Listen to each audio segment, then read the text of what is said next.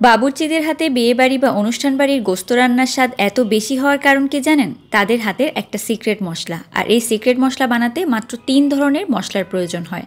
আজকে সেই মশলা সহ আপনাদের বিয়েবাড়ির একদম পারফেক্ট বাবুর্চিদের হাতে গোস্ত রান্নার রেসিপি শেয়ার করছি। প্রথমে এখানে তেলের মধ্যে গোটা গরম মশলা, তার সাথে পেঁয়াজ একদম লাল করে ভেজে নিতে হবে। আদা রসুন জিরা বাটা দিয়ে দিলাম। এখন দিয়ে দিব ধনিয়ার গুঁড়া, আর তার সাথে শুকনা মরিচটা দিয়ে দিচ্ছি। একটু ঝালঝাল করে রান্না করব, তাই বেশি মরিচ ব্যবহার করেছি। তো হলুদের গুঁড়া, স্বাদ মতো লবণ দিয়ে দিলাম। সব মশলাগুলো একত্রে ভালো করে মিশিয়ে নিয়ে এখানে আমি গোস্তগুলোকে দিয়ে দিচ্ছি। এখানে 1 কেজি পরিমাণে আছে। তো এখন খুব ভালোভাবে নেড়েচেড়ে এটাকে কিছুক্ষণের জন্য কষিয়ে নিতে হবে। আর এখন দিয়ে দিব তাদের হাতের যে স্পেশাল মশলা সেটা। তো এই মশলাটা হচ্ছে শাহি জিরা, সাদা গোলমরিচ আর তার সাথে জয়ত্রী। তো এগুলোকে হালকা করে একটু ভেজে নিয়ে খুব ভালো করে ব্লেন্ডারে ব্লেন্ড করে নিয়েছি। মশলাটা দেওয়ার পরে আরও কিছুক্ষণের জন্য কষিয়ে নিতে হবে। কষানো হয়ে গেলে সেদ্ধ করার জন্য দিয়ে দিব পানি। তো পানিটা দেওয়ার পরে একটু নেড়েচেড়ে মিশিয়ে নিয়ে ঢাকনা দিয়ে দিব।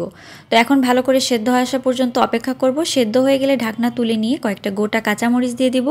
এতে করে কিন্তু খুব সুন্দর একটা ফ্লেভার পাওয়া যাবে। তো এখন কিন্তু উপরের দিকে তেলটা ভেসে আসা পর্যন্ত অপেক্ষা করতে হবে। উপরের দিকে তেলটা ভেসে উঠলে ঝোলটা শুকিয়ে গেলে কিন্তু তৈরি হয়ে যাবে বিয়েবাড়ির মজাদার বাবুর্চিদের গোস্ত রান্না।